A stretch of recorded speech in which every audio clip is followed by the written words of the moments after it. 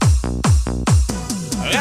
Nachman, Nachman Meuman, Nachman Meuman, Rabbi Nachman Meuman, Rabbi Nachman, Nachman Meuman, Nachman Meuman, Rabbi Nachman Meuman. Baruch Adonai Eloheinu melech haolam. Oh, hello. Shabbat Shalom, Hagasher. Okay, so usually weekly Dvar Torah are done where I could write this massive text and send it through some email where about 7 of you would even bother to open it, let alone read it. So instead, I decided to do this by video. So I would like to start this little video thing with a reflection. So what happened this week?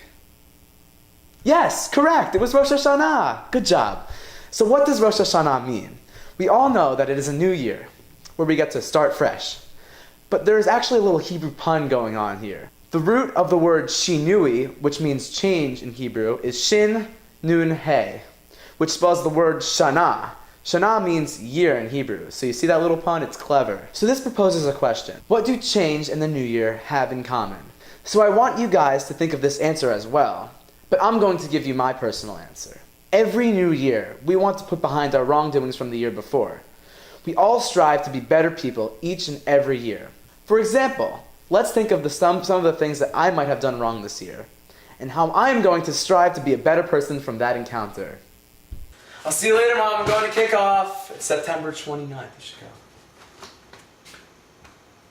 Bye, Mom. I'm going to kickoff dance. And then you cut it.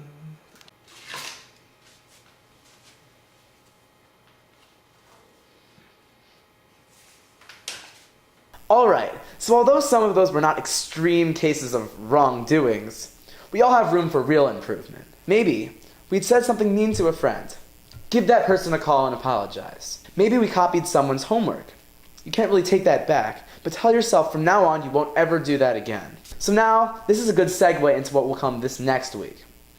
From Tuesday night to Wednesday night, did you say Yom Kippur? Man, you guys are really on it today. No, the importance of Yom Kippur is not just the break fast, but there's a lot more to this holy day. In fact, this is considered to be the most important day of the Jewish calendar. So, if you were ever to go to synagogue, now would be the time to go.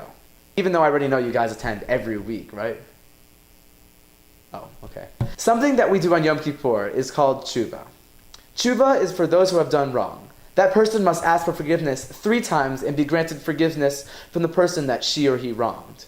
The person wronged is required to forgive. But do we always have to forgive?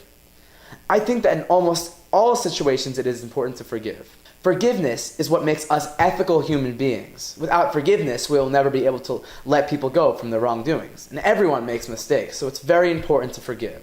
Another question that can be asked is there any sin that is unforgivable? I think that there are sins that are unforgivable, but that does not mean that you do not have to forgive. Like I said, forgiveness is the most valuable thing there is, and Yom Kippur really lets us realize that. So how can we learn to forgive if we cannot forget? There are a lot of times in life that someone will do something to you and us with our super awesome brain power. We won't forget it, no matter how long it's been, we won't forget it. Forgiveness is not about forgetting. Rather, it is about realization towards another individual of what they have done, yet you are ready to move on. The point is not to forget, for forgiveness and forgetting are 2 very, very different things. One more question. For what wrongdoing in particular will you throw your bread into the river during tashlich? Tashlich is a pretty cool thing. I mean, in my day, I usually throw multiple pieces of bread during tashlich. And actually, almost every year for the past 7 years, I've been able to do tashlich at the Golden Gate Bridge in San Francisco. So that's something that's really cool. This year I won't be able to do it. I'll be going to San Francisco for Yom Kippur, but I will not be going for Rosh Hashanah. I was here in Rosh Hashanah. So unfortunately I was not able to do it this year. So anyways, I will always think of a really big sin I have committed this year and represent that with a bigger piece of bread. At some point I will represent a smaller but still important wrongdoing, such as that one time I yelled at my parents, and I'll represent that with a smaller piece of bread. So I usually have the bigger sins with the bigger pieces of bread and the smaller sins with the smaller pieces of bread. So now, before I go, I have told you my coolest place that I have done tashlich. And I want to ask you, Hagesher, what is the coolest place you have done tashlich? So one more time, where's the coolest place that you have done tashlich? please leave your comments below. It'll be really cool if you respond, because if you post the coolest place where you have done tashlich before, then the winner will get this awesome B'Kol Echad. So this says my name on it. This was from my bar mitzvah. My middle name's Shimshon. Yes, I know. It's pretty cool, actually. So anyways, L'Shana Tova Metuka, and have an easy fast. Oh yeah, isn't it Shabbat tonight? Shabbat Shalom.